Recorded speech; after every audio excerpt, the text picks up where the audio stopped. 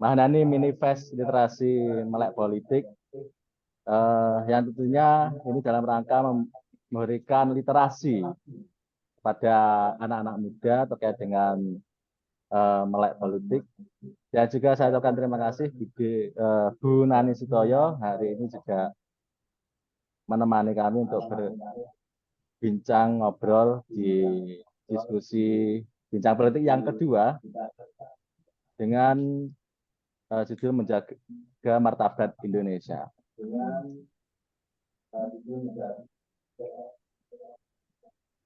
Nah, berkaitan dengan membela martabat Indonesia atau menjaga martabat Indonesia, saya kira setelah saya membaca sebuah buku dengan judul Membela Martabat Diri dan Indonesia, kemudian saya juga mendengarkan beberapa podcast terkait dengan Bude Didin. Kemudian tema ini menjadi satu bahasan topik yang menarik karena Bude Didin sendiri memiliki satu pengalaman ketika di Paris, tentunya menemani para pejuang di sana dalam rangka meneguhkan martabat Indonesia dari teman-teman di sana. Nah, mengulik juga masa kecil Bude sendiri merupakan putra dari salah satu pendiri Taman Siswa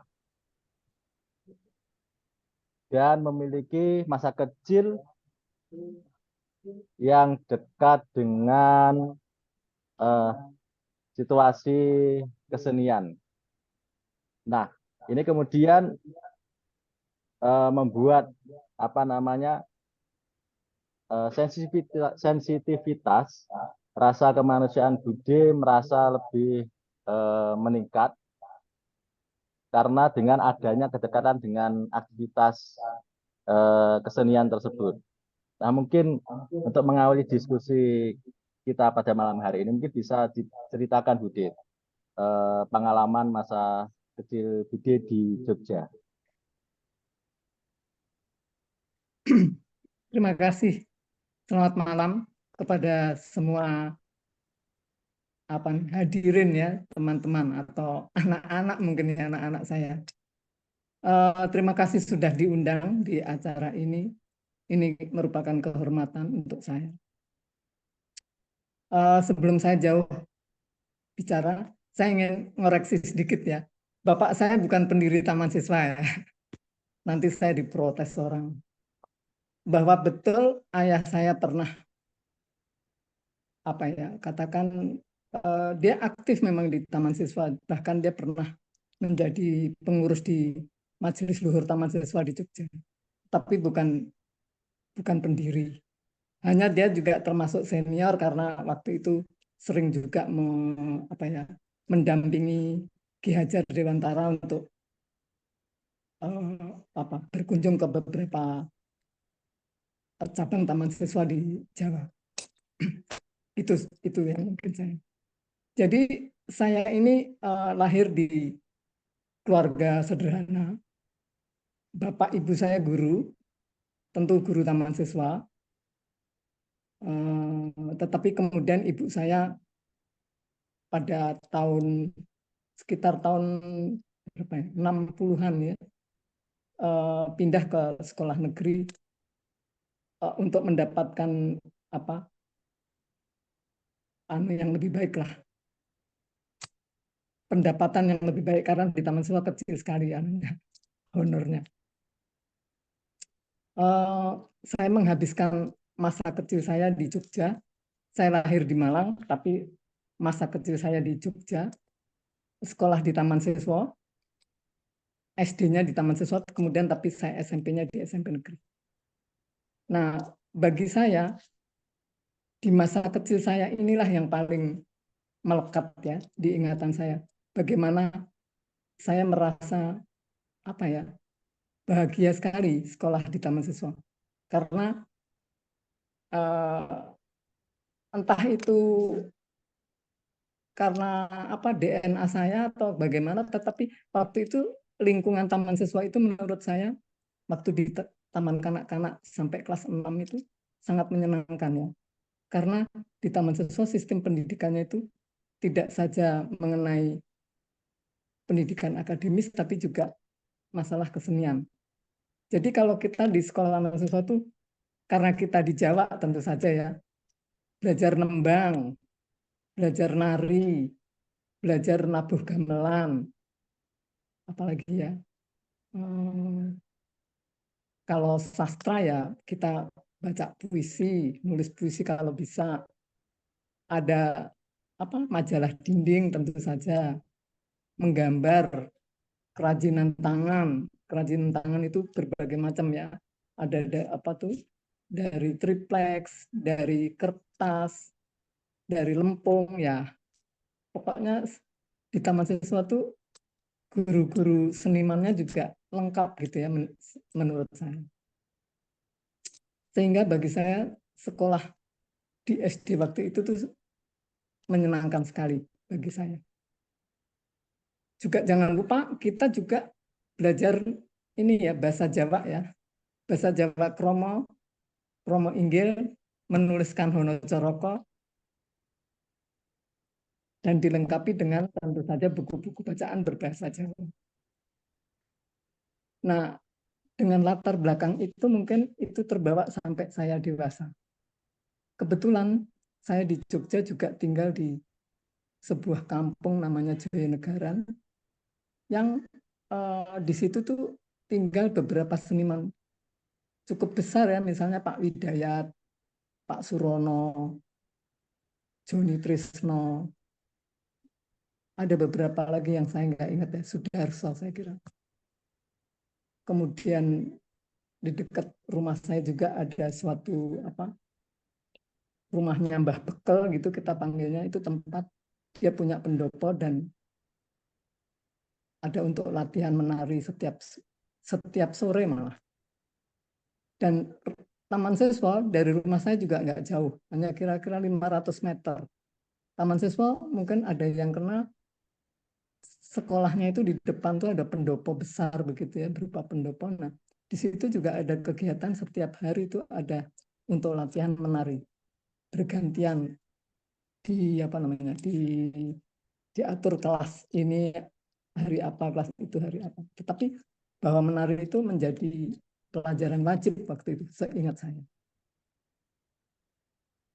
Nah, kemudian itu masa kecil saya. Masa remaja saya meningkat karena aktivitas ayah saya juga yang aktif di berbagai organisasi.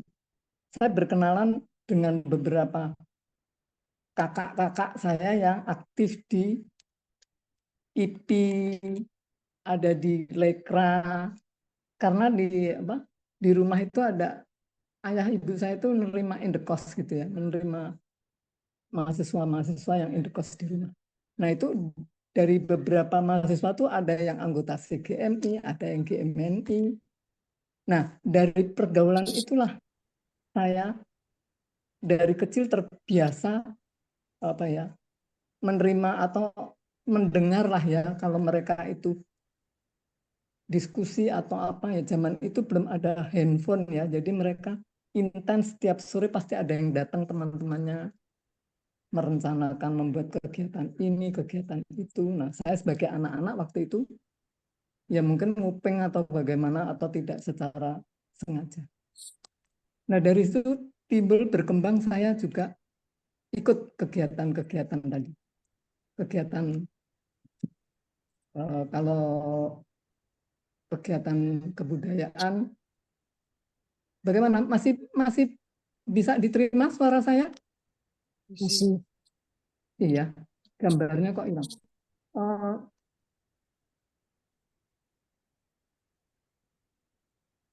Apa tadi saya lupa. Saya jadi sebagai anak gadis yang usia mungkin 11-12 tahun waktu itu, saya ikut-ikutan aja kakak-kakak tadi kalau latihan kur, latihan baca puisi, latihan main drama, kemudian lihat proses orang melukis, kemudian eh, nonton pameran lukisan, nonton pertunjukan teater, apa sajalah yang kegiatan itu saya intens ya. Dalam 1 minggu itu pasti saya ada saja itu kalau sore itu ikut ini ikut itu. Jadi dari situlah saya apa ya akrab dengan kegiatan yang sifatnya berkesenian. Kemudian setelah saya menyelesaikan SMP, ayah saya pindah ke Jakarta. Itu sekitar pertengahan tahun apa ya? Ya, apa? September, sebelum September, sekitar Juli ya. Juli itu saya pindah ke Jakarta. Ya, tahun ajaran baru Juli. Saya pindah ke Jakarta. Jadi hanya beberapa bulan di Jakarta, terjadilah peristiwa 65. Ayah saya yang waktu itu aktif di PGRI Nonfak Sentral, yang konon dekat dengan Partai Komunis Indonesia, tidak luput dari apa?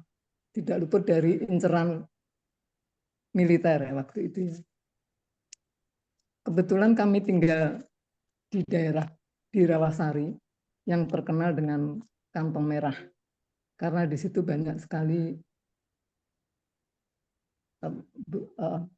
banyak saya dengar bahwa di situ banyak anggota SOPSI yang itu adalah organisasi dekat dengan PKI. Jadi ketika tahun 65 itu bisa dibayangkan di kampung tempat saya tinggal itu sangat mencekam ya. Sejak tanggal 1 Oktober itu masih belum belum terlalu mencekam ya. Mungkin setelah tanggal 6 seingat saya deh. Dan kami yang waktu itu anak-anak ya nggak terlalu hero ya apa sih yang terjadi, cuman dengerin radio, oh ada jenderal yang dibunuh, tetapi saya nggak tahu persis. Ayah saya juga nggak tahu apa yang terjadi. Ketika saya tanya ada apa Pak, nggak tahu, ini kita mesti dengar dulu apa berita gitu katanya. Tetapi saya sekolah tetap biasa masuk. Itu apa itu bulan Oktober ya. Tapi lama-lama makin ke November ya. November sudah mulai panas. Sampai Desember tuh rumah saudara saya juga di Rawasari itu mulai dibakar massa. Di sekolah juga sudah mulai orang demo, sudah mulai nggak bener lah jadwal sekolah itu. Sehingga saya pun sekolah juga jadinya pindah-pindah karena nggak kerasan ya. Saya waktu itu masih ngomongnya masih Jawa medok, jadi sering juga dibully sama teman-teman.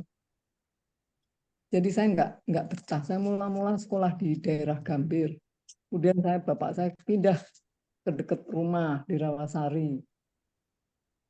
Tetap nggak enak, nggak merasa enak juga. Akhirnya saya malah sekolah lagi, balik lagi ke Taman Siswa yang di Jalan Garuda. Tapi ya kualitas waktu itu sekolah juga menurut saya jelek sekali ya, karena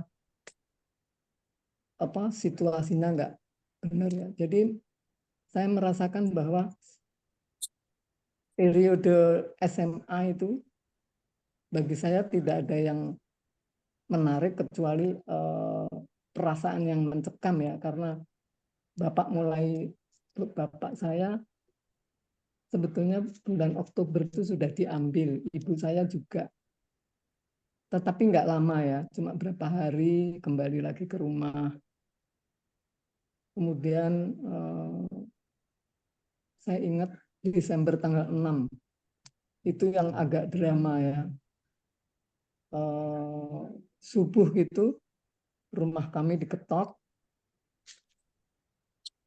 oleh militer berapa orang ya? Ada kalau 6 orang gitu ya. 6 orang. Jadi di gang, kami tinggal di gang ya. Di gang itu malam itu ada berapa rumah yang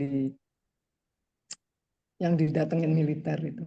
Jadi ayah saya begitu pintu dibuka, kemudian ayah saya disuruh jongkok di pojokan di teras, tangannya begini di belakang kepala, kemudian salah satu tentara yang membawa senapan panjang itu diarahkan ke ayah saya.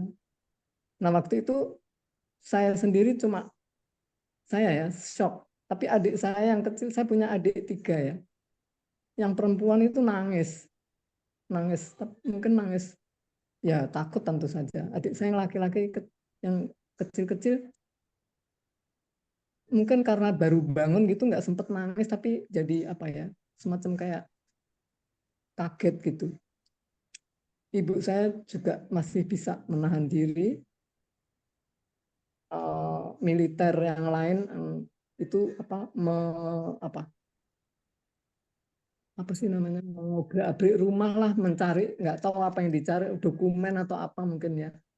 Semua buku-buku dilihat, lemari-lemari diobrak-abrik sampai ke kamar, ke kolong, ke belakang, ke dapur, ke apa.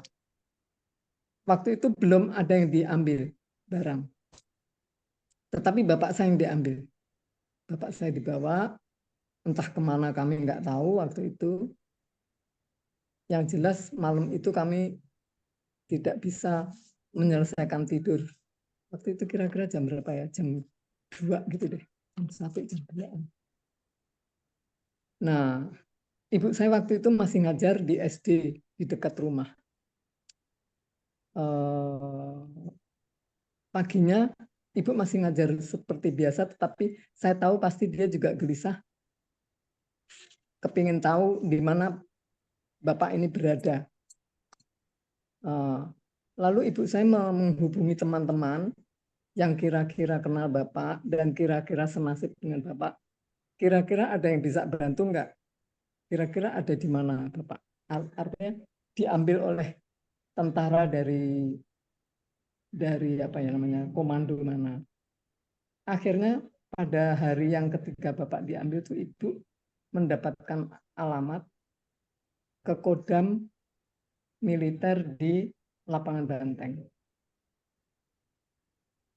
Jadi akhirnya ibu ke sana mencari tahu apakah betul bapak ada di sana.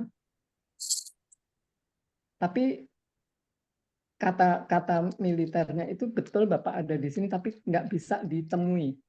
Jadi hanya bisa menyerahkan makanan yang ibu bawa. Jadi kita juga nggak tahu apakah betul bapak ada di situ atau tidak, itu kita juga masih tanda tanya. Akhirnya bapak itu diambil berapa bulan di situ, kembali ke rumah. Nah, kami anak-anak karena situasinya juga semakin tidak menentu,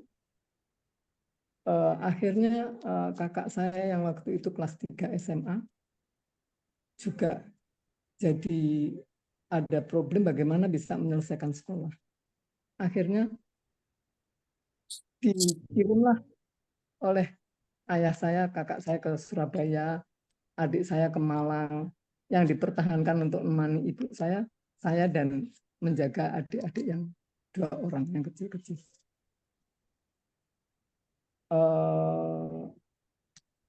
Saat itu sampai itu November. Nah, November bapak diambil lagi. Ini pengambilannya siang hari. Militernya galak banget lagi. Kalau nggak salah, Sersan Mayor ya, apa? Kuning 3 biji yang bengkok tuh ya, saya ingat. Nah itu ini tuh apa namanya?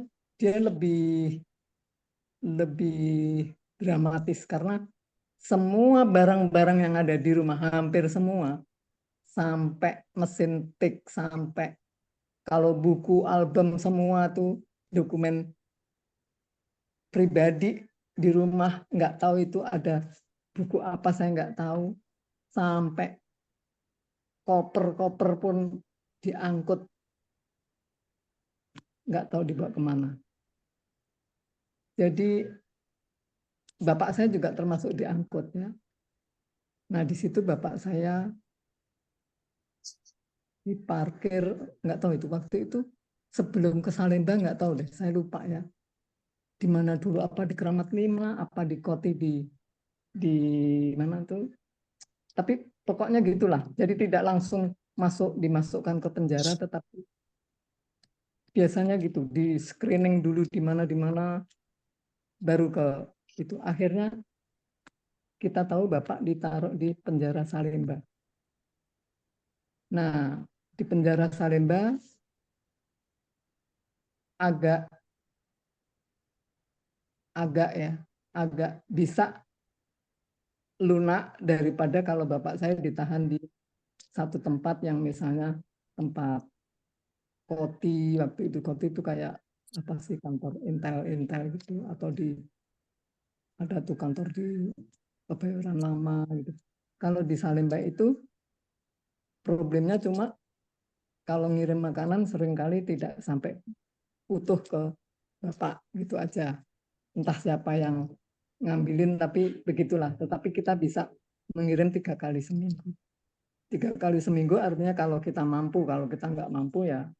Karena kan waktu itu sudah susah ya, bapak nggak, kita kehilangan ayah artinya sumbernya cuma ibu. Ibu tuh pegawai negeri waktu itu, sekolah SD kan cuma ngandelin pembagian beras 10 kilo ya.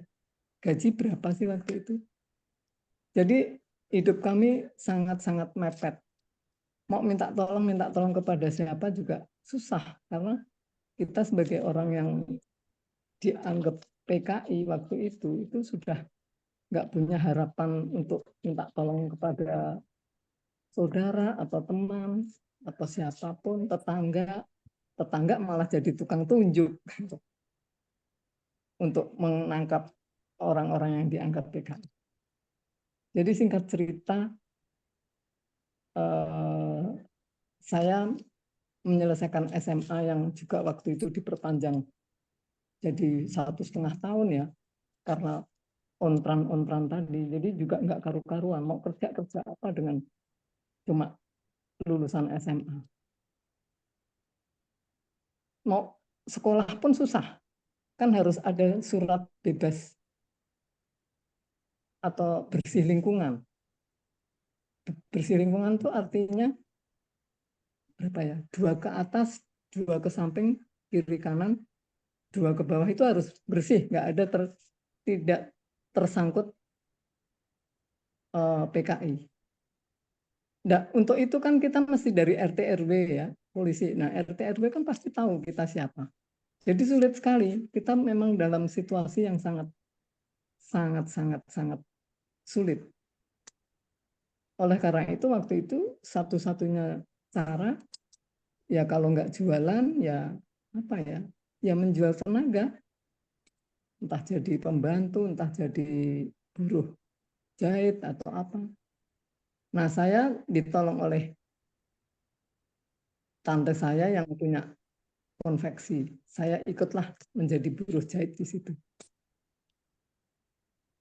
Nah, setelah beberapa tahun saya bekerja jadi buruh jahit yang apa sedikit-sedikit bisa membantu ekonomi di rumah. Karena kan waktu itu juga ibu saya tidak hanya ngurusin sisa 3 anak, tapi juga ada dititipin anaknya teman, anaknya saudara yang ibu bapaknya masuk ke penjara. Jadi apa ya, itu bentuk solidaritas di antara mereka sesama senasib dengan anunya lah, nasibnya waktu itu sama-sama orang yang dianggap tidak bersih ya, dianggap PKI. Jadi cukup berat juga untuk ibu saya yang harus menanggung bocah-bocah kecil itu. Tetapi ya karena situasinya begitu tentu tidak lama ya, itu juga lalu ada teman yang mengkoordinir gitu untuk bisa juga dibagi ke beberapa teman yang lebih baik ekonomi. Selepas itu saya menikah dengan pegawai negeri, tetapi saya selamat bisa menikah dengan dia karena calon saya ini tetangga yang tahu, memang sudah tahu apa keadaan kami. Dan waktu itu saya pikir hebat juga ini orangnya, artinya dia nggak takut gitu loh. Saya juga nggak ngerti caranya bagaimana dia bisa lolos. Waktu itu kan pegawai negeri juga harus diketahui ya sejarahnya, keluarganya kayak apa. Yang agak tidak beruntung adalah adik saya. Adik saya sudah tunangan, sudah tukar cincin, tapi nggak jadi karena ketahuan kalau ayah saya waktu itu sudah ditahan ya kalau salah. Waktu mereka tunangan bapak saya masih di rumah. Kemudian dalam proses mau itu bapak saya itu, sehingga calon mertua adik saya itu nggak setuju dan lalu dikembalikan.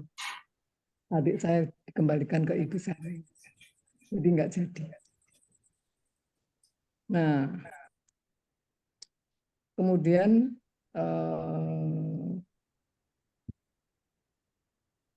suami saya yang pada tahun 88 meninggal ya karena sakit. Saya mempunyai 2 anak yang masih sekolah. Kemudian saya ketemu lagi dengan teman saya lama, orang Lekra, yang waktu itu sudah menjadi eksil di Paris. Saya ditawari untuk membantu restoran Indonesia di Paris. Dari situlah saya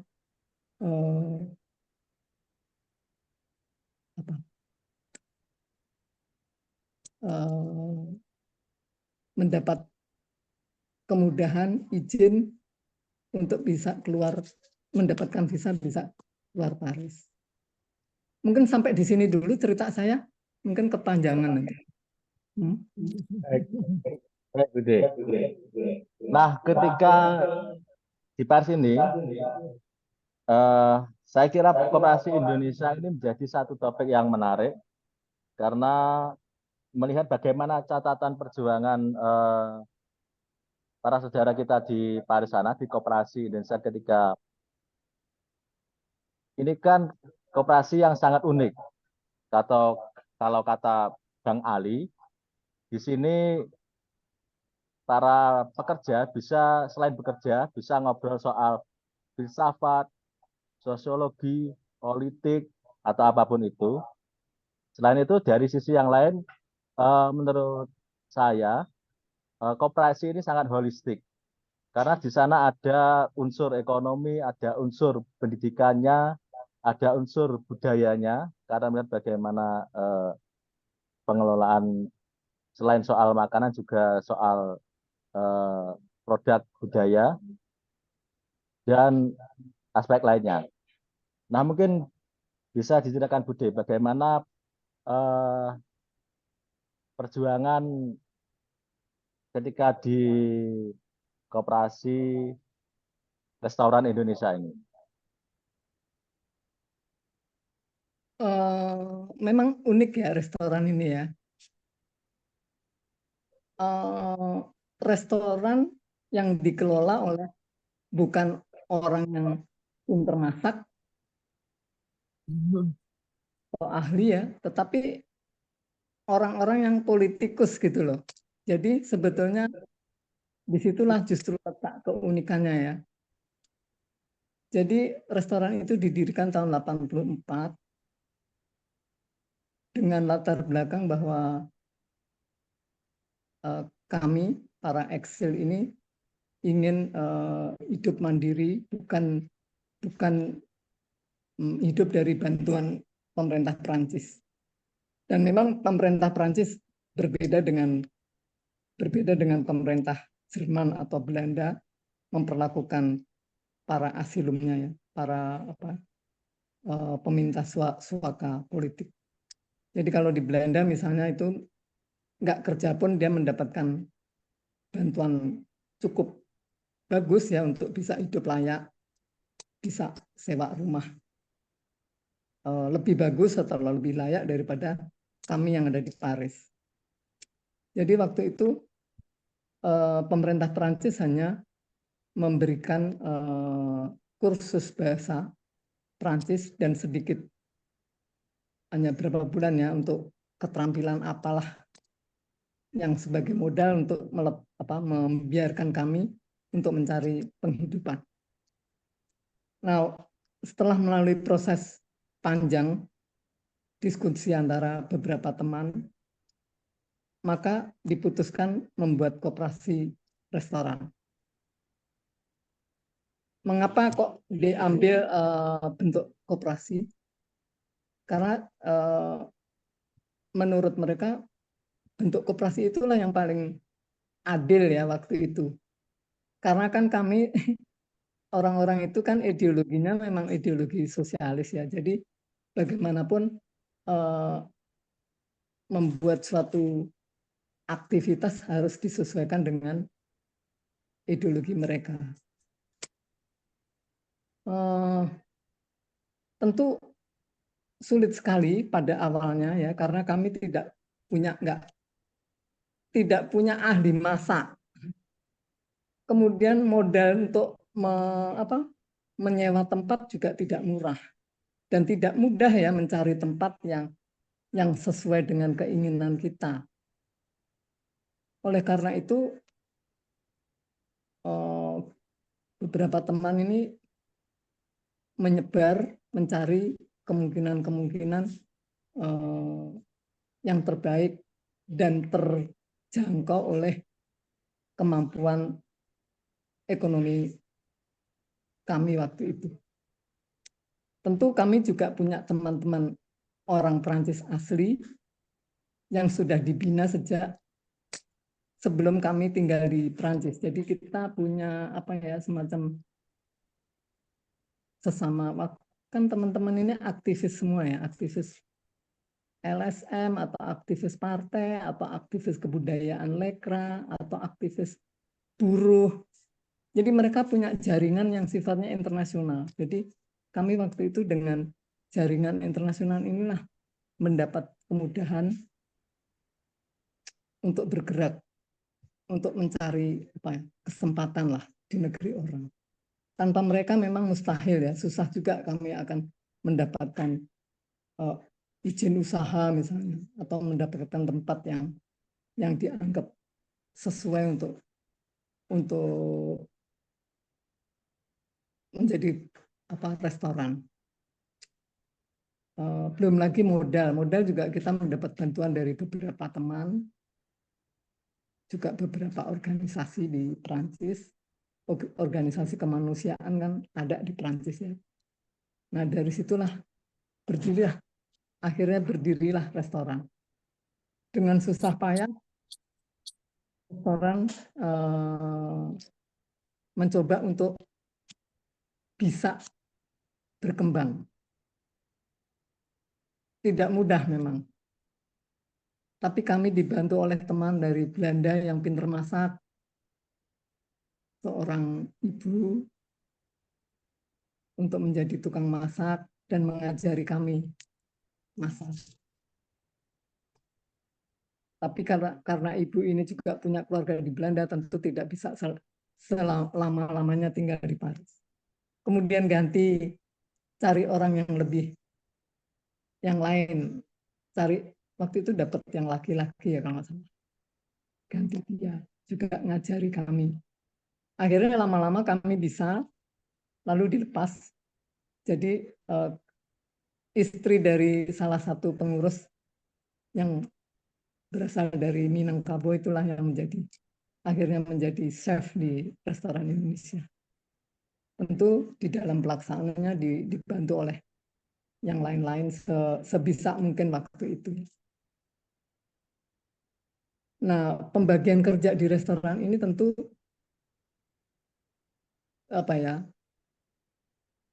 tentu harus disesuaikan dengan sumber daya manusia yang ada ya. Jadi kita dituntut harus bisa melakukan apa saja. Nggak peduli kamu dulu di Indonesia pangkatnya apa, di organisasi mau ketua kayak mau apa. Tapi kalau di sini cuman bisa nyapu ya harus bisa nyapu, bisa cuci piring, kepepet-pepet ya harus bisa masak nasi goreng karena itu yang termudah ya. Karena untuk bikin nasi goreng itu semua bumbu sudah disiapkan oleh chefnya, tinggal kami mengeksekusi proses akhirnya gitu. Nah, dari situ pelan-pelan tapi pasti restoran itu berkembang ya, mendapatkan langganan. Tentu saja ini juga ditolong oleh iklan iklan mulut ya, antar mulut ya, dengan teman-teman yang simpati kepada restoran Indonesia. Karena kita menjalin hubungan dengan beberapa komunitas atau lembaga sosial di Paris. Nah, disinilah ya keuntungannya tadi. Anggota di restoran ini kan orang-orang politikus ya. Jadi mereka punya kemampuan lobby, kemampuan menjalin hubungan dengan orang, masuk ke dalam satu jaringan. Jadi dari situ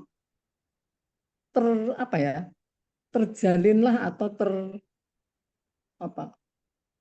untuk mengenalkan ini nih ada jalan gitu. Nah dari sini ini menjadi tamu kita, orang-orang simpati kepada nasib kita yang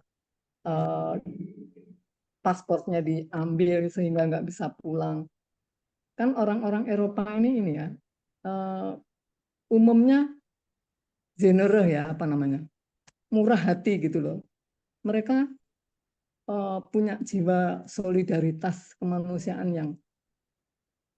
yang sudah jadi gitu loh. Artinya terutama selama saya di Paris hampir 20 tahun ya, itu saya nggak merasakan adanya rasisme ya.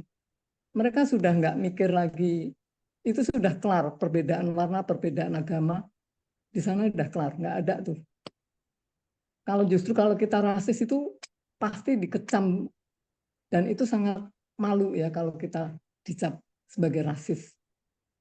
Dan ini pernah kejadian ketika saya mengurus surat kesehatan di suatu kantor, ada orang dari Afrika hitam mengurus surat, kemudian dia merasa tidak diperlakukan atau dilayani dengan baik oleh petugas yang kulit putih. Waduh, dia teriak-teriaklah di situ mengatakan si petugas itu rasis. Langsung petugas yang si kulit putih tadi langsung minta maaf dan dia merasa malu sekali dengan orang-orang yang mendengar ujaran tadi dari orang Afrika hitam itu. Dan saya dalam kehidupan sehari-hari di pasar, di tempat-tempat umum ya, di toko atau di mana jalan gitu, saya merasa bukan orang asing di sana. Itu yang saya rasakan, entah kalau orang lain, tapi saya merasakan itu. Nah, dari situ restoran berkembang sampai berapa tahun ya sekarang sudah ya, dari tahun 84. Bahkan kita juga beruntung, salah satu dari pimpinan kami di sana bisa mendapat hubungan dengan Partai Sosialis Prancis, waktu itu Presiden Mitterrand, dan menjadi sahabat baik ya. Madame Mitterrand, Nyonya Mitterrand itu mempunyai suatu lembaga yang akhirnya menjalin erat hubungan dengan kami untuk menjadi jembatan membuat hubungan dengan LSM di Indonesia, membantu secara finansial ada pembangunan untuk membantu orang-orang yang korban gitu ya, korban 65. Jadi hubungan ini juga menguntungkan bagi kami, semakin luas jaringan, semakin banyak orang datang ke restoran Indonesia. Dan restoran Indonesia menjadi terkenal karena tidak sekadar restoran ya, tetapi waktu itu kan kami hubungan dengan KBRI di Paris juga jelek ya. KBRI Paris melarang orang-orang Indonesia, entah itu yang tinggal di Paris maupun tamu dari Indonesia yang sedang di Paris, untuk datang ke restoran Indonesia, karena itu restoran komunis. Dari situ saya melihat sih malah bukan membuat kami restoran Indonesia tidak laku ya, tapi malah jadi lebih terkenal. Karena orang-orang Paris, orang-orang Prancis yang mau ke Indonesia, justru mencari informasi tentang Indonesia itu kebanyakan di restoran Indonesia. Mengapa demikian? Ini juga ditolong oleh cara kami mengiklankan diri itu, misalnya dengan mengadakan pertunjukan tari-tarian seminggu sekali, kemudian mengadakan pameran foto, kemudian pameran buku-buku Indonesia yang yang diterjemahkan dalam bahasa Prancis. Jadi dari situ restoran Indonesia jadi mempunyai daya tarik sehingga orang-orang banyak yang datang.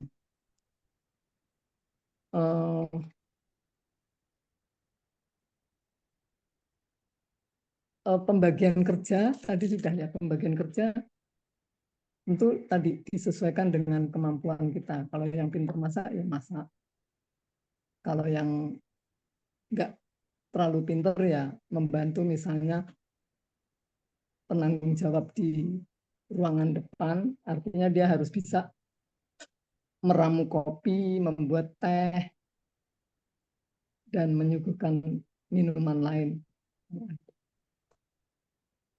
Itu dulu mungkin, atau masih mau lanjut? Baik, berkaitan dengan membela martabat Bude. Nah, kalau saya melihat catatan atau tulisan dari Pak Kusni dalam bukunya Membela Martabat Diri dan Indonesia, bahwasanya ada beberapa hal yang jadi tantangan. Salah satunya adalah beberapa pengunjung yang merespon atau bahkan menghina makanan. Salah satu yang dicatat adalah ada yang mengatakan bahwa rasa masakannya, merespon masakannya seperti masakan anjing dan seterusnya lah. Tapi bagaimana cara restoran Indonesia ini untuk menjaga martabat mereka sebagai pengelola restoran yang baik dan juga sebagai seorang Indonesia dalam menjaga hubungan sekaligus menciptakan hubungan yang hangat tadi ya dengan berbagai tokoh, bahkan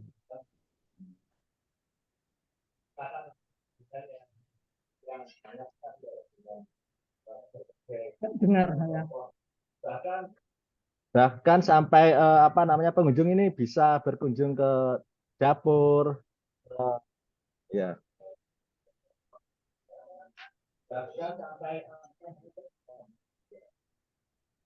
Suara saya masih terdengar, Budi? Masih. Kalau ini bagus suaranya. Bahkan sampai terjadi suatu situasi hangatan. Nah, mungkin bagaimana cara mengatur membela martabat, menjaga martabat seorang Indonesia di sana dan juga mengelola restoran sehingga mereka menjadi suatu situasi yang sangat hangat dengan penuh kemanusiaan. Ya, seperti saya katakan tadi ya, bahwa orang-orang yang bekerja di restoran ini kan orang politik ya. Orang politik yang mempunyai background pendidikan yang tidak main-main juga. Dalam pengertian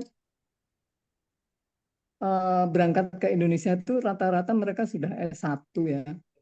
Kemudian belajar lagi di Eropa. Tapi di samping itu memang orang-orang ini kan seperti orang aktivis dari Lekra atau orang kiri lah. Itu kan punya tradisi kan belajar yang tak kenal lelahnya. Terus belajar, belajar, belajar. Artinya itu bisa lewat diskusi, bisa membaca buku, entah apa. Tapi mereka memang mempunyai tradisi itu membaca itu luar biasa. Sampai di Paris pun pada tahun itu yang namanya langganan Kompas itu kan mahal ya. Itu rebutan, kalau Kompas datang itu rebutan. Artinya itu bergiliran membaca. Saking kepengen tahu juga ke perkembangan situasi politik di Indonesia. Tapi di samping itu juga memang mereka tradisi membaca itu memang ada. Nah, tadi hubungannya apa dengan martabat tadi, membela martabat. Tentu sebagai seorang aktivis ya, seorang yang sadar benar arti harga diri dia sebagai manusia, apalagi dalam hal ini dia sadar benar arti mencintai tanah airnya Indonesia. Tentu mereka tidak ingin namanya itu jatuh oleh misalnya karena misalnya nih sepele hidup dengan menadahkan tangan bantuan orang. Itu mereka jelas nggak mau. Oleh karena itu dia tadi ya sudah dibikinkan restoran. Kemudian mereka tidak berhenti apa namanya puas hanya dengan kegiatan di restoran, tetapi mereka mencoba mempunyai kegiatan lain, misalnya menjalin hubungan dengan waktu itu yang intens itu dengan masyarakat ini Timur Timur. Waktu itu masih namanya Timur Timur yang sekarang menjadi Timor Leste ya. Itu kami aktif membantu untuk kemerdekaan Timor Leste. Jadi tetap apa namanya aktivitas sosial itu terus dipelihara meskipun itu hidup di negeri orang ya. Lagi menjalin hubungan dengan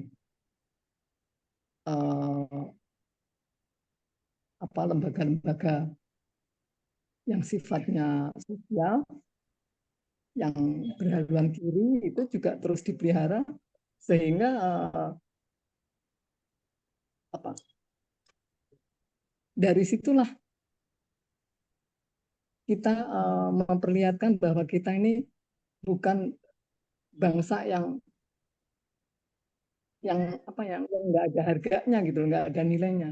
Kami meskipun susah tetap bisa membantu masyarakat selain Indonesia atau bangsa lain ya dengan sebisa kita menolong gitu, membantu. Artinya tidak secara finansial ya, tetapi lebih ke moral gitu ya, entah bagaimana caranya mengadakan kegiatan-kegiatan memutar film yang sifatnya apa kayak propaganda atau malam diskusi buku misalnya begitu.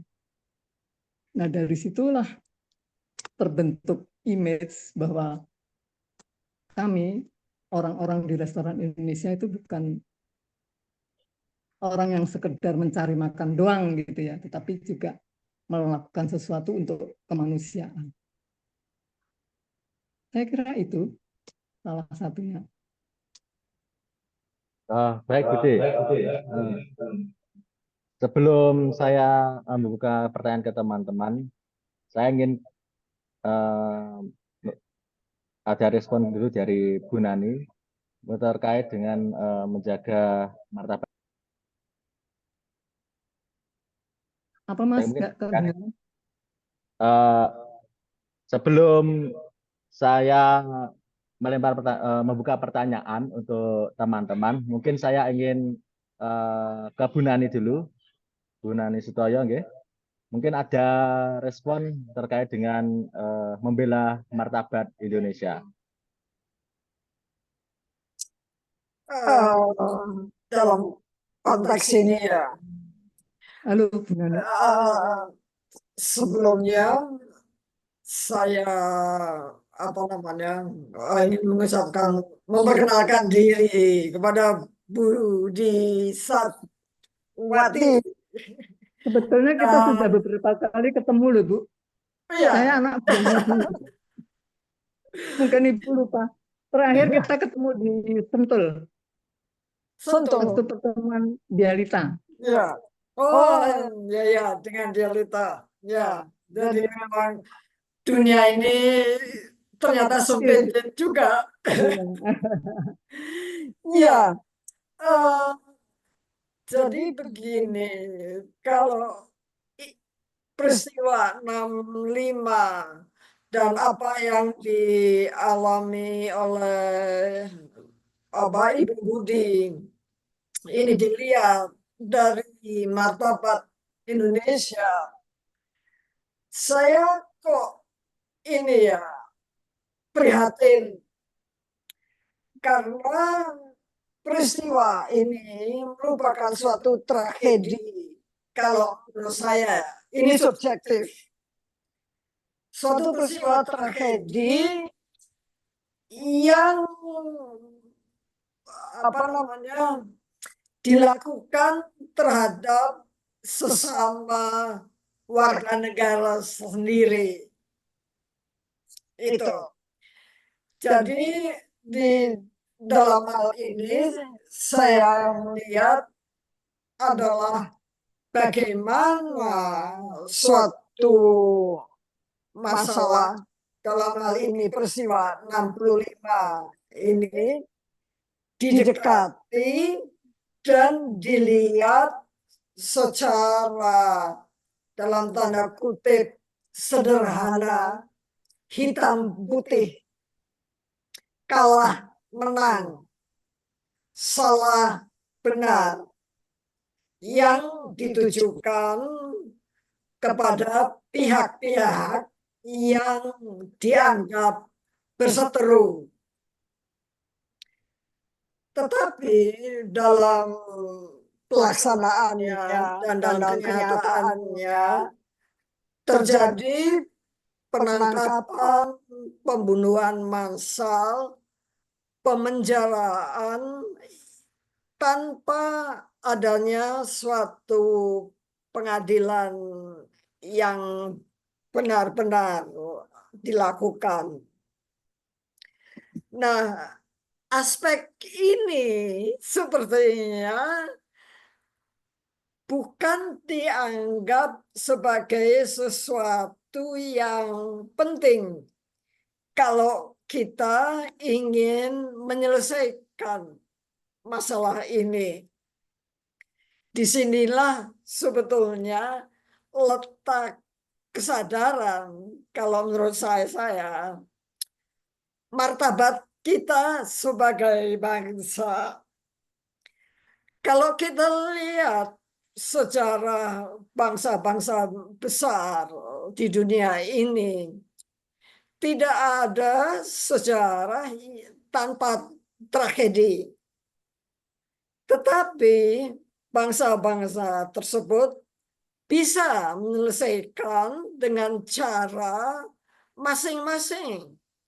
Tentu yang disesuaikan dengan karakteristik bangsa itu.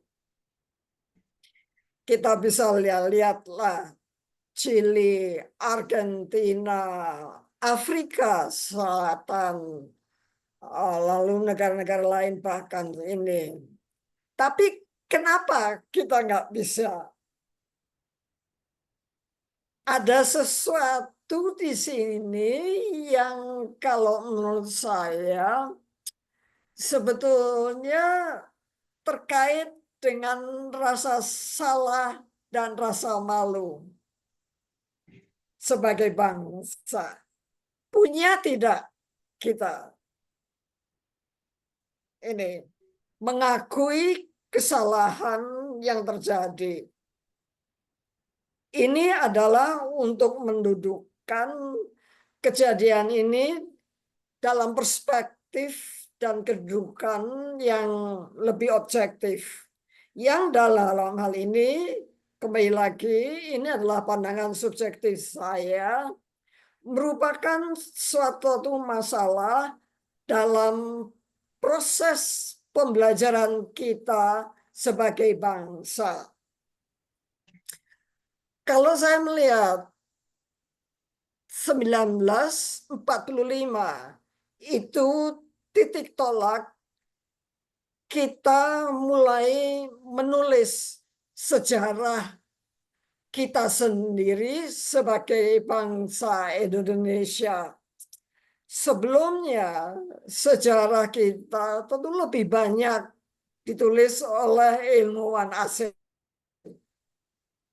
Nah, di dalam hal ini proses pembelajaran sejarah itu kalau menurut saya itu tidak terjadi. Padahal sejarah itu adalah faktor yang penting di dalam pembentukan identitas kita sebagai bangsa Indonesia. Sejarawan Sartono Kartodirjo, sejarawan UGM, beliau mengatakan kalau seseorang kehilangan ingatannya, maka orang itu sudah tidak mempunyai kepribadian karena dia tidak tahu dia itu siapa, bagaimana dan sebagainya. Tapi kalau bangsa tidak tahu sejarah masa lalunya, maka akan sukarlah bangsa itu untuk menggambarkan identitas dirinya.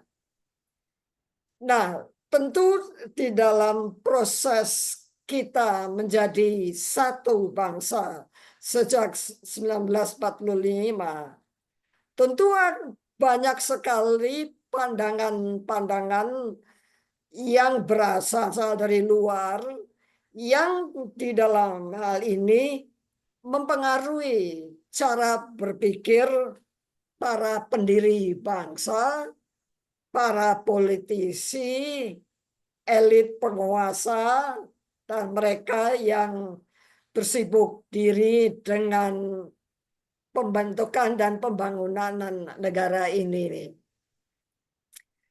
Tetapi kenapa kita bisa sampai kemudian terjerumus ke dalam tragedi seperti 65 ini? Ini yang sampai sekarang juga tidak jelas-jelas juga. Tetapi kalau di sini kita kembali lagi kepada karakteristik bangsa kita yang multikultural, sebenarnya ini mempersyaratkan kita untuk berdialog, berbicara, dan betul-betul mendengarkan. Ini satu ciri yang saya lihat, kita tuh sebagai bangsa masih harus belajar berkomunikasi dengan baik dan mendengarkan. Meskipun apa yang kita dengar itu tidak kita sukai, tidak sesuai dengan harapan kita, gitu. Tetapi kembali lagi tadi, kita cenderung untuk melihat sesuatu itu sebagai hitam putih, salah benar, kalah menang. Itu. Dan kalau bicara rekonsiliasi itu bukan hanya masalah hukum, meskipun itu tentu saja yang utama, mengingat banyak sekali yang di penjara, kehilangan hak status dan sebagainya. Tetapi yang namanya keadilan restoratif, memanusiakan kembali Dan dalam hal ini memanusiakan kembali, terutama bagi korban, tetapi juga bagi pelakunya. Karena apa yang dilakukan itu di luar kemanusiaan itu sendiri. Jadi siapa yang menang menjadi arang, siapa yang kalah menjadi abu. Siapa yang rugi? Ya kita semua. Ini. Jadi, dan di dalam ini kita terlalu terpaku pada penyelesaian. Memang itu perlu. Tetapi penyelesaian itu perlu dipikirkan dan direncanakan untuk melangkah masa depan. Misalnya di dalam hal ini Afrika Selatan. Saya ingat ketika itu setelah rekonsiliasi Afrika Selatan terjadi di Jakarta sempat dilakukan dibuat suatu seminar atau lokakarya dengan mendatangkan tokoh-tokoh dari Afrika Selatan. Saya nggak tahu hasilnya itu apa karena tidak tidak ada dokumentasi tertulis. Sebaliknya juga dari kita dari beberapa orang tokoh-tokoh itu juga sempat ke Afrika Selatan untuk mempelajari. Itu pun juga tidak ini. Padahal kalau kita baca rekonsiliasi dari Afrika Selatan itu di samping dilakukan berdasarkan sikap dari Nelson Mandela sendiri dan didasarkan kan karena mereka atas dasar truth telling, tetapi juga ada pendekatan agama di sini dengan tokohnya Desmond Tutu. Tetapi di situ ada pembicaraan dari beberapa tokoh baik kulit hitam maupun kulit putih ini, pembicaraan diskusi untuk membicarakan masa depan Afrika Selatan. Dan ini tertuang di dalam dokumen Montfleur. Tapi apakah kita belajar? Kita nggak belajar, itu pun tidak kita belajar. Bagaimana Jerman akhirnya bisa menyelesaikan dan istilah Inggrisnya itu coming to terms,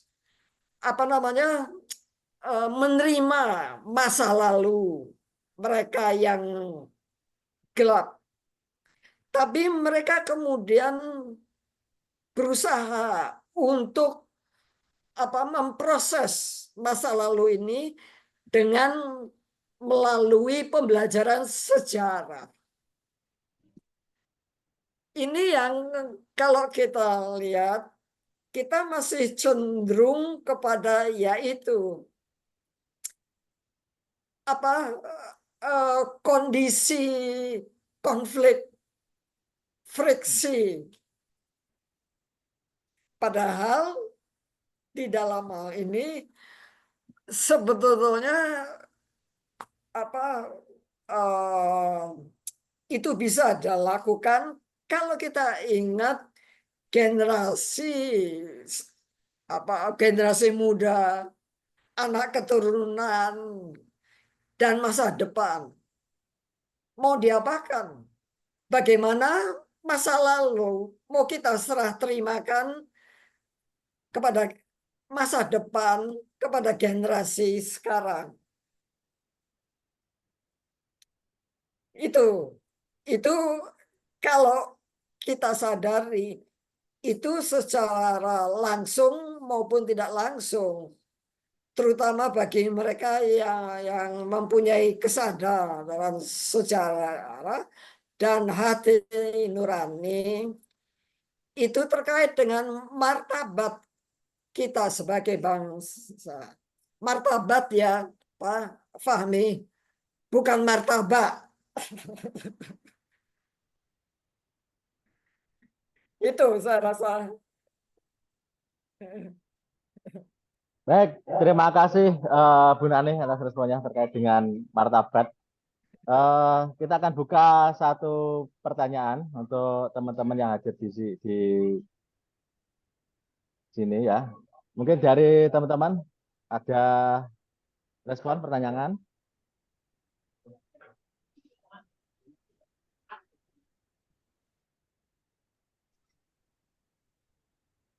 Baik, mungkin dari saya untuk Budi Didin. Ya. Nah, salah satu harapan pendiri bangsa ini Pak Karno itu kan demokrasi ekonomi menghadirkan kesejahteraan. Tentunya dilihat dari praktek yang dilakukan oleh Koperasi Indonesia, itu nampak terwujud dengan sistemnya koperasi. Tetapi bagaimana kemudian bahwasanya pada suatu waktu terjadi perombakan terkait dengan pengelolaannya. Nah, bagaimana menghadirkan demokrasi yang menyejahterakan, demokrasi ekonomi yang mensejahterakan di restoran Indonesia.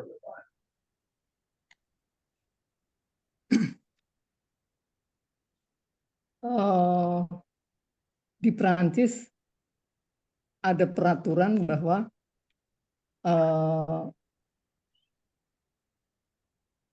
usaha yang berbentuk koperasi itu milik pemerintah. Jadi yang mendirikan dan yang pegawai itu hanya dia bisa bekerja di situ sampai pensiun. Setelah pensiun dia sudah harus lepas. Kemudian kalau nanti tidak ada yang meneruskan, itu menjadi milik pemerintah Perancis. Begitu aturannya. Kembali ke soal pemilihan pemilihan pengurus ya, pergantian pengurus. Itu kami setiap tahun tuh ada rapat yang namanya Assembly General ya. Jadi rapat anggota gitu. Rapat anggota mengevaluasi jalannya restoran dalam 1 tahun, dan pergantian pengurus tuh di kami berapa ya, 5 tahun sekali kalau nggak salah, lupa saya. Nah, di dalam pergantian itu ya biasalah seperti pada umumnya melalui pemilihan siapa yang dianggap sanggup, karena kami kecil ya, hanya beberapa orang ya, hanya ber-15 atau ber-12. Biasanya kami tawarkan siapa yang sanggup. Dan itu kami biasanya menunjuk teman yang mempunyai kelebihan biasanya. Ada misalnya kita bisa lihat dalam sehari-hari itu ada teman yang karena ini sifatnya usaha kan nggak boleh salah gitu ya di dalam mengurus misalnya soal pembukuan, terutama pembukuan ya. Kemudian bagaimana dia kalau belanja barang, kemudian bagaimana mengurus administrasi ke pemerintah. Jadi biasanya kami begitu, kalau di restoran Indonesia begitu, tentu dengan persetujuan teman-teman. Tetapi secara prinsip bahwa tetap harus sedemokratis mungkin lah, artinya harus dengan persetujuan semua anggota. Jadi begitu. Jadi selama saya ada di sana, dengan cara demikian saya melihatnya berjalan dengan baik ya. Artinya ya tentu mengurus orang sedikit itu memang relatif lebih gampang daripada kalau anggotanya banyak. Jadi dalam hal ini restoran Indonesia dalam pergantian pengurus itu nggak ada kesulitan. Soal pembagian rezeki waktu itu kita memakai ukuran UMR-nya Prancis. Jadi kita patokannya itu UMR Prancis. Kemudian nanti kalau ada keuntungan lebih dibagi rata. Begitu. Baik, Budi. Bagaimana kalau kita melihat proses yang terjadi saat ini terkait dengan demokrasi dan ekonomi negara kita? Apakah ini juga sudah berjalan sesuai dengan prinsip dari demokrasi itu, yang tentunya harapannya adalah mengangkat harkat dan martabat manusia. Apalagi kalau kita melihat bagaimana teknologi yang sekarang dengan platform media sosial, itu terkadang ya ada usaha-usaha untuk menghiraukan martabat tersebut demi ekonomi. Mungkin dari Budi Didin ada pandangan terkait dengan kondisi demokrasi dan ekonomi negara kita. Sebetulnya kalau kita mempunyai SDM yang baik ya, baik itu dalam pengertian punya integritas, jujur, tulus, dia bekerja untuk sesama manusia. Saya memakai itu aja deh, supaya lebih gampang ya, sesuai dengan Pancasila kan. Itu bisa kok, koperasi itu. Di Prancis jalan kok, itu banyak kok perusahaan yang bentuknya koperasi.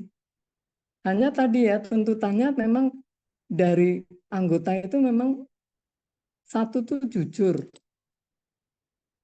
berintegritas. Jujur tuh dalam pengertian ya tadi ya, nggak ada tuh pikiran nilep duit orang atau korupsi ya. Saya kira itu tinggal bagaimana kita dengan SDM kita. Nah itu juga dari pendidikan ya. Selama pendidikan kita seperti sekarang, saya kira memang sulit ya untuk Indonesia. Tapi itu bisa dilakukan sepanjang tadi sumber daya manusianya dulu diberesin. Kalau sumber daya manusianya itu masih seperti sekarang, itu saya kira memang agak susah ya, agak sulit ya. Meskipun kalau saya lihat koperasi itu di banyak tempat sudah dalam skala kecil ya. Di sini aja teman-teman saya di Jakarta banyak ya, di lembaga-lembaga yang relatif kecil lah, anggotanya nggak sampai 100 misalnya. Kalau yang anggotanya banyak itu yang saya lihat itu di Kalimantan. Di Kalimantan Tengah atau di Kalimantan Barat ya, yang dengan nama CU ya. Kredit usaha atau apa tuh namanya. Itu sudah sampai miliaran ya uang yang terkumpul ya. Itu bisa. Tapi ya tadi tergantung dari yang ngurus. Kalau yang ngurusnya beres ya jalannya bagus. Nah, kalau itu dalam skala besar negara, ya tadi negaranya yang harus diberesin dulu. Nah, sekarang aja kayak begini, begitu kalau saya dulu deh. Jadi tergantung dari pendidikan. Jadi yang di Indonesia tuh saya lihat memang pendidikan skala nasionalnya ya yang masih belum benar ya, itu mungkin harus dibenahin duluan deh. Bagaimana membentuk orang Indonesia yang ideal itu kayak apa? Itu problemnya, saya kira. Problem besarnya di situ. Makanya kalau saya bilang, ini saya mumpung ketemu dengan adik-adik atau anak-anak muda ini juga harus dari kalian. Kalau kalian sekarang melihat nih negara kita sekarang kayak begini ya, amburadul kayak gini ya. korupsi di mana-mana, orang apa ya, saling menekan, nyikut sana sini. Nah, kalian harus, ini menjadi cermin ya. Kalian nanti kalau menjadi pemimpin, punya jabatan, nah tadi salah satu mempertahankan martabat ya tadi, kita harus apa? Harus bersih gitu loh. Bersih dalam pengertian bersih dari soal keuangan, bersih dari soal moral kita terhadap manusia, itu bagaimana sesama manusia maksud saya ya. Tidak menjalankan kekerasan, tidak menghalalkan segala cara untuk mencapai tujuan. Itu dari sekarang, dari masih muda begini harus dirawat itu. Watak-watak seperti itu. Karena kalau nggak dirawat dari sekarang, nah nanti makin ke sana, nanti jadi pemimpin ya seperti sekarang ini yang kita lihat. Jadi saya mengharapkan betul bahwa generasi muda yang akan datang ini kualitasnya harus lebih baik dari yang sekarang kita lihat.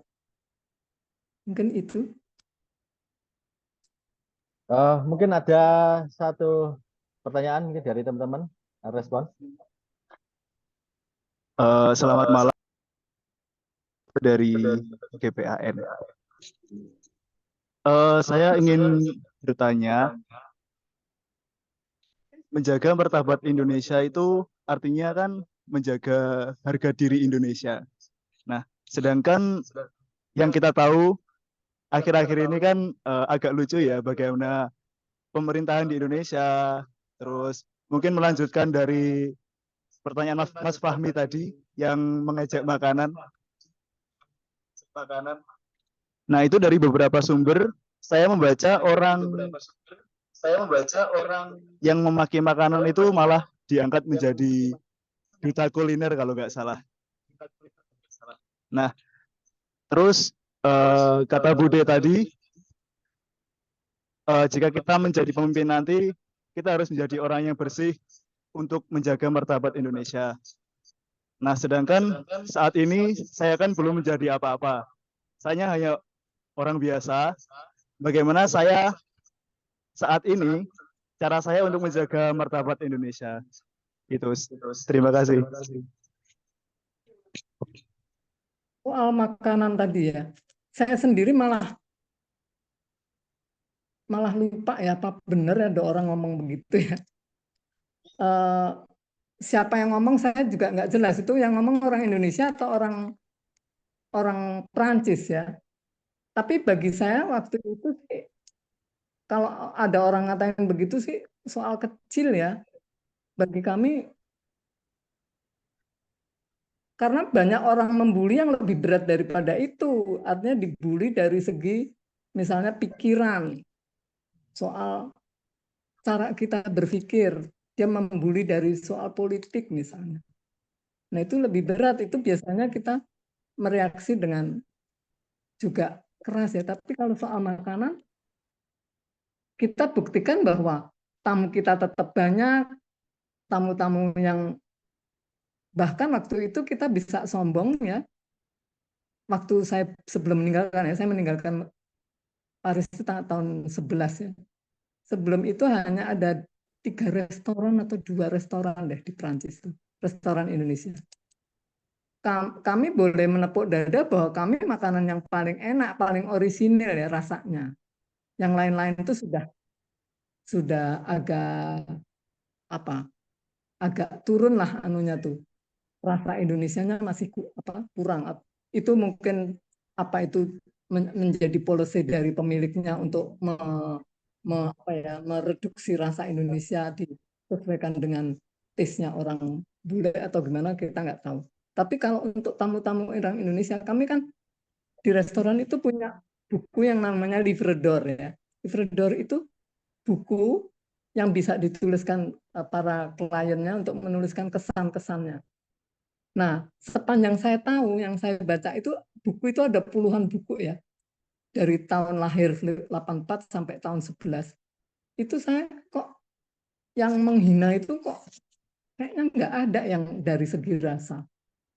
mungkin mereka kalau mengkritik itu misalnya dari segi servis, ada teman kita yang mukanya jutek atau tempatnya kurang hangat begitu ya, itu. Tapi kalau dari segi rasa saya Eh, nggak mendapatkan itu.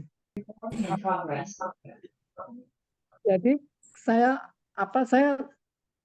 terkesan sekali dengan tadi yang dipresentasikan oleh Bu Nani ya.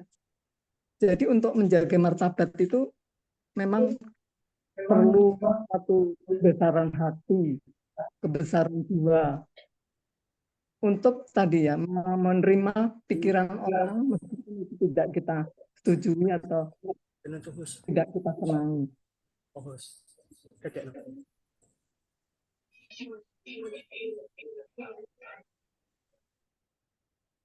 Baik, terima kasih Bu.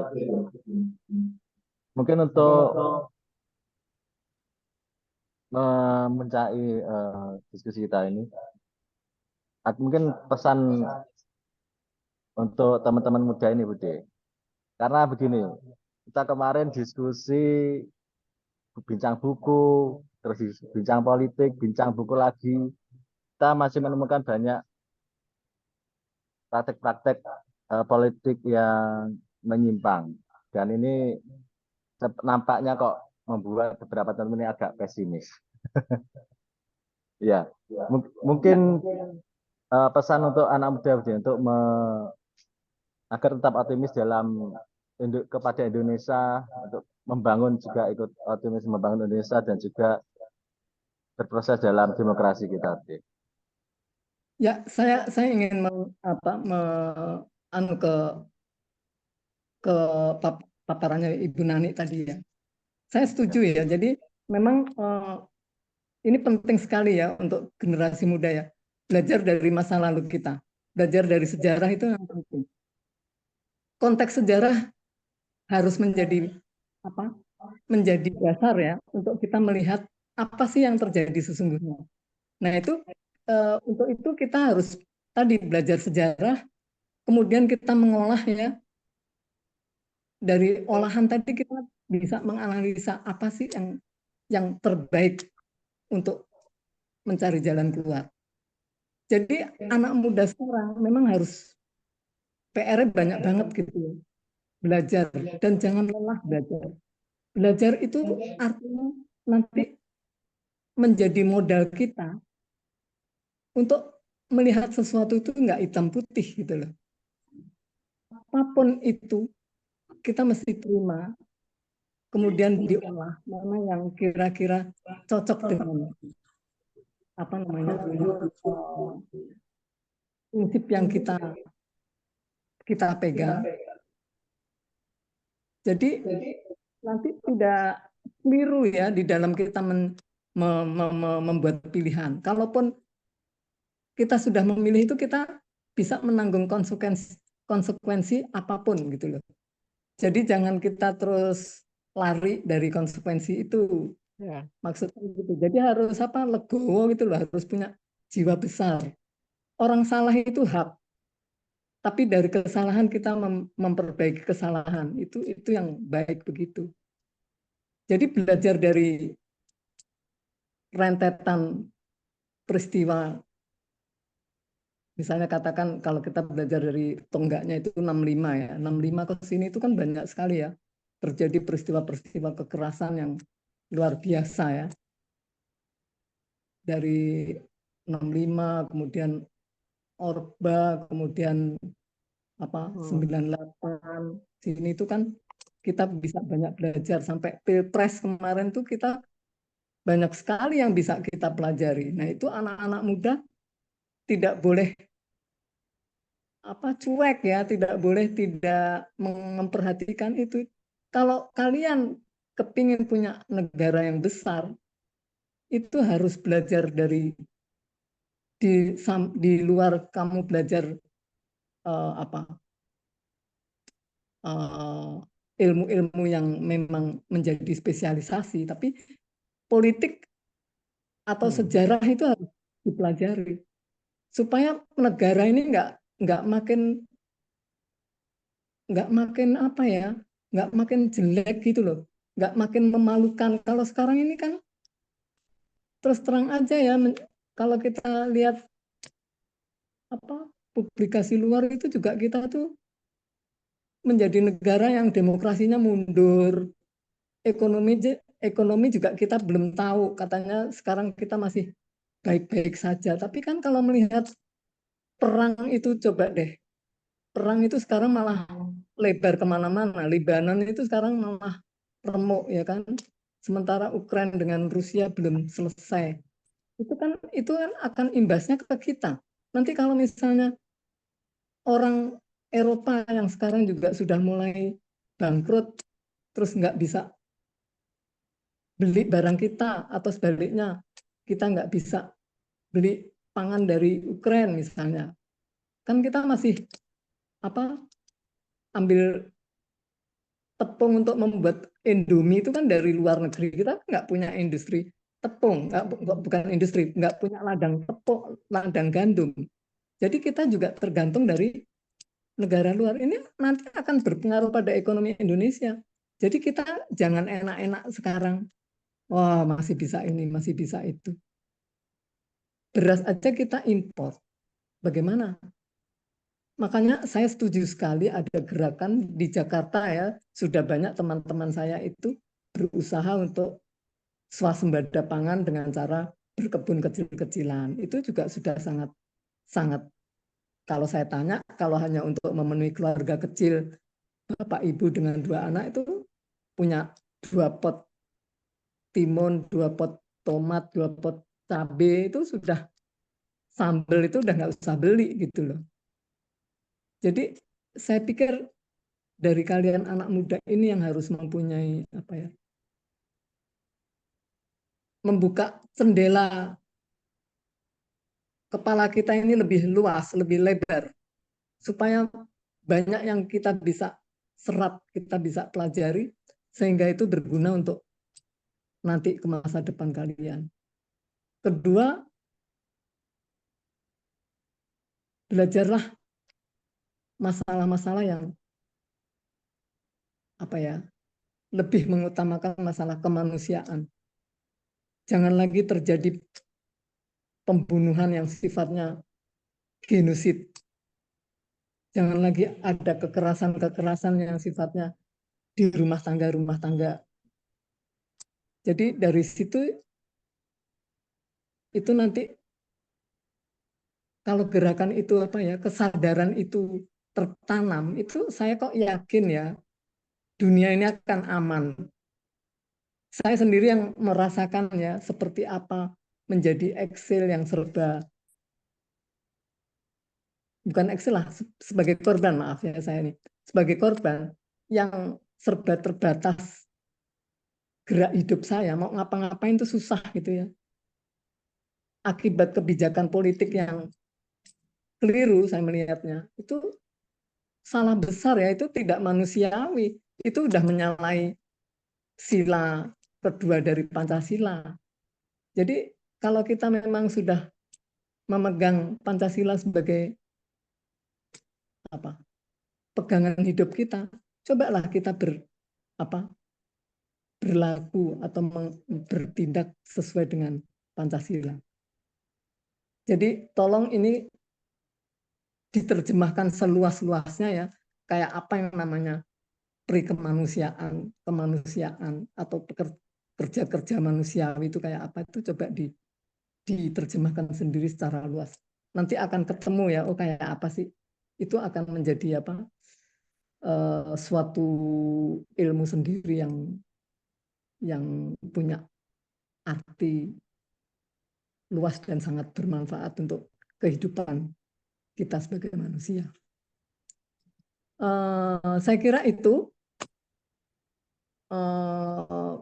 yang penting itu tadi, jangan lelah belajar. Anak muda jangan lelah belajar. Dan jangan cepat puas diri. Dengan belajar itu nanti kita semakin apa ya, mempunyai rasa wise, rasa apa sih namanya, bijaksana. Saya kira itu yang bisa saya bagikan. Mohon Ya. maaf kalau ada kekurangan dari saya. Saya bukan akademisi, bukan peneliti, jadi saya ini semua apa yang saya katakan adalah murni dari perjalanan hidup saya selama ini. Terima kasih. Salam sehat untuk semua. Sukses. Amin, Semoga amin. proses belajar dari ketemu banyak orang ini bisa terus-menerus bergulir sehingga bermanfaat untuk masa depan anak-anak. Amin, Selamat amin. malam. Selamat malam. Terima kasih, Budi Didin. Bersama kami sampai ini malah kelewat jamnya ya. Saya Oke. besok mau ke rumah sakit, jadi saya nggak bisa berlama-lama. Pagi-pagi saya sudah ada janji dengan dokter, jadi mohon maaf saya nggak bisa sampai selesai. Tapi terima kasih sekali lagi kepada Terima semua kasih, teman-teman. Bu. Oke. Nuwun, Budi Terima Didin. kasih, Bu Nani. Ini Sampai ketemu di lain sama-sama. kesempatan. Tetap sehat ya, Bu. Matur nuwun, Bu. Matur nuwun. Ya, Selamat malam. ya selamat malam Didin. Matur nuwun. Saya Terima pamit kasih. dulu ya. Salam buat Mas Narno. Oh je, Pak Narno, dapat salah. Dia protes matur nggak nuwun. mau Pak dia. Ya, Mau Bu Nani, muda terus. membersamai kami juga. Saya pamit dulu ya. Je, je. Pamit dulu. Maaf. Ya, Selamat malam. selamat malam. Baik Bu Nani, mungkin pesan juga Bu Nani untuk teman-teman kaum muda di sini supaya punya optimisme ke depan terkait dengan demokrasi dan kemanusiaan. Kalau menyambung apa yang dikatakan Bude tadi, ada dua hal yang kalau menurut saya perlu sekali kita pelajari, kuasai, dan pahami. Pertama adalah sejarah masa lalu itu. Nah, kalau kita lihat masa lalu, kita terlalu terpaku dengan cerita-cerita kebesaran kerajaan-kerajaan, tapi tidak pernah membahas berbagai peristiwa-peristiwa yang mengakibatkan adanya konflik, kemudian pertempuran, pembuangan para tokoh-tokoh sebelum kemerdekaan ya. Itu. Terutama di sini saya sebagai perempuan banyak loh sebetulnya pahlawan-pahlawan perempuan yang berjuang tapi tidak pernah muncul di buku-buku sejarah. Pembelajaran sejarah kita itu sifatnya seperti catatan kejadian kronologis.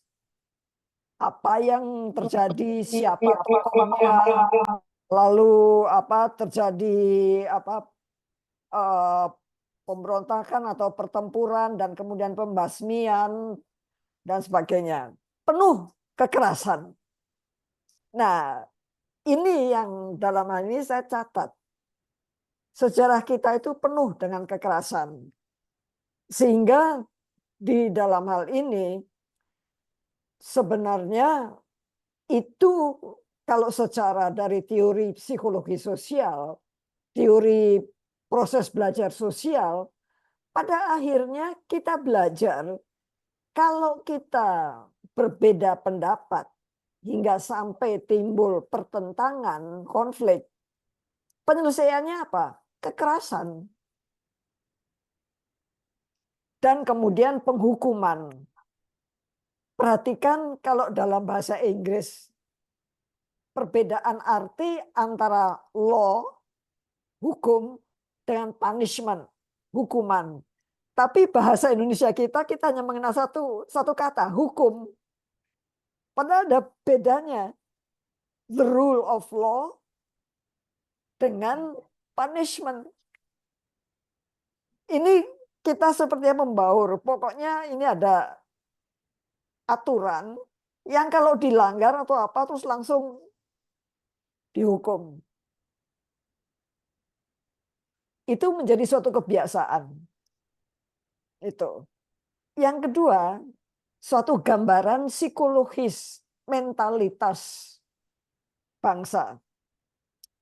Kita ini berdasarkan sejarah masa lalu itu sebagai bangsa terjajah itu sudah banyak penelitian maupun apa namanya analisis yang mengatakan mentalitas bangsa terjajah itu disebabkan karena perasaan rendah diri, diskriminasi, kemudian penindasan. Dan itu berlangsung terus-menerus. Belum ini ditimpakan bahwa masyarakat kita pada dasarnya merupakan masyarakat feodal. Etnis. Jadi perasaan-perasaan feodalisme dalam suatu struktur masyarakat yang hierarkis dan kemudian primordialisme dalam ini itu jangan dianggap karena kita sudah merdeka itu langsung terhapus. Pengalaman menyakitkan, kalau tidak ingin dikatakan sebagai trauma, itu tersimpan di bawah sadar. Apalagi kalau itu menjadi pola yang kita pelajari, sehingga kemudian itu kita terapkan, kita lakukan terhadap bangsa sendiri. Ini yang harus dihapus. Melalui apa? Tadi Bude mengatakan pendidikan. Nah, ketika kita merdeka, berapa persen dari penduduk kita itu yang terdidik? Sudah melalui pendidikan formal Barat. Padahal kita mengenal berdasarkan politik etische Belanda, itu kan kemudian berkembang sekolah. Sekolah ada sekolah pribumi, sekolah ambtenar yang mendidik birokrat, dan kemudian sekolah yang memang hanya bisa dimasuki oleh para bangsawan, di mana mereka bercampur dengan orang Belanda, anak-anak Belanda. Nah, kemudian dari situ berapa yang terdidik? Saya masih ingat ketika tahun 60-an itu masih ada loh pemberantasan buta huruf dilakukan di pasar-pasar. Berarti di sini keterdidikan bangsa kita yang diamanatkan di dalam pembukaan Undang-Undang Dasar 45 mencerdaskan kehidupan bangsa tidak pernah kalau menurut saya dipikirkan secara komprehensif. Jepang ketika kalah Perang Dunia Kedua, Pangeran Hirohito, kaisarnya ketika itu, langsung bertanya pada menterinya, kita masih punya guru berapa ribu orang. Jadi yang dipikirkan adalah bagaimana membangkitkan kembali martabat orang Jepang lewat pendidikan. Cina, negara Cina, Republik Rakyat Tiongkok, itu menjadi modern karena apa? Di dalam hal ini reformasi pendidikan ketika tahun berapa itu, mulai tahun akhir 80-an, 90-an, awal 90-an. Di situ mereka memang melakukan merger, penyatuan program studi yang sama. Tetapi mahasiswa terlepas dia mengambil bidang ilmu-ilmu sosial atau ilmu-ilmu eksakta, wajib mengambil mata kuliah budaya tradisional, kearifan lokal. Entah itu kaligrafi, entah itu ajaran Konghucu, Lause atau apa. Entah itu kemudian kebudayaannya, seni tari dan sebagainya. Kita mana? Padahal pembelajaran budaya itu yang membuat kita sensitif peka. Hmm. Karena terutama ilmu sosial itu tidak hanya bisa dikuasai dengan rumus. Cilakanya teori-teori ilmu sosial itu dianggap seperti rumus. Nggak bisa. Mempelajari ilmu sosial harus dikritisi dan ditempatkan sesuai dengan konteks budaya setempat. Lah yang namanya ilmu sosial itu, ilmu pengetahuan itu lahirnya di barat kok. Akhir 18, abad ke-18, dan berkembang berdasarkan sejarah perkembangan masyarakat barat dengan revolusi industrinya. Terus tahu-tahu kita belajar teori mereka, terus kemudian diterapkan. Ya enggak ini. Enggak apa namanya, enggak cocok. Itu kenapa ketika setelah Perang Dunia Kedua, itu kemudian kemerdekaan negara-negara Asia, Afrika itu kemudian apa namanya meningkat. Terus kemudian apa namanya ada pembangunan besar-besaran di mana dananya memang berasal dari negara-negara barat. Nah, itulah model pembangunan. Tetapi ternyata gagal. Dan itu ada dianalisis oleh saya lupa namanya, tapi judul bukunya The Asian Drama, Drama Asia. Itu mempertanyakan kenapa sudah sekian banyak dana bantuan dari negara-negara barat untuk pembangunan negara-negara Asia Afrika itu gagal justru menyejahterakan negara-negara tersebut. Di mana letak kesalahannya? Ditemukan perbedaan budaya. Karena perbedaan budaya itu menggambarkan perbedaan nilai, cara pandang terhadap dunia, sesama manusia, bahkan alam semesta.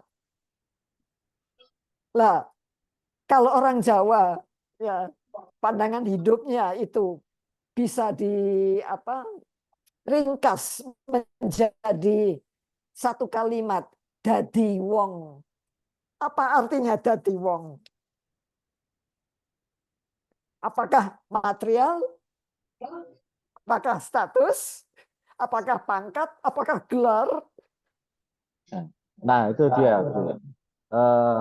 Menarik sekali Itu. kontekstualisasi. Kalau di dalam, berarti pembelajaran kearifan lokal, pengetahuan lokal. Karena dengan demikian kita mengenal diri kita sendiri. Dengan mengenal diri kita sendiri, kita juga jadi tahu identitas kita itu siapa. Kita bisa mendefinisikan diri. Dan dari situ kita butuh apa. Itu. Ya, baik. Terima kasih, Bude. Semoga ini jadi satu inspirasi supaya teman-teman tidak hanya soal barat saja, tetapi juga mulai kembali mempelajari bagaimana kontekstualisasi dari produk pengetahuan lokal dan juga membangun lokal. Baik, terima kasih Bu Nani membersamai kami. Sama-sama. Manifest Literasi Melek Politik. Matur nuwun. Semoga nanti bisa di kesempatan yang lebih baik lagi. Ya, matur nuwun Bu Nani. Ya, salam sehat semua. Sukses untuk teman-teman di Kediri. Sampai jumpa lagi. Ya. Matur, terima kasih. Baik teman-teman, alhamdulillah diskusi kita sudah selesai bersama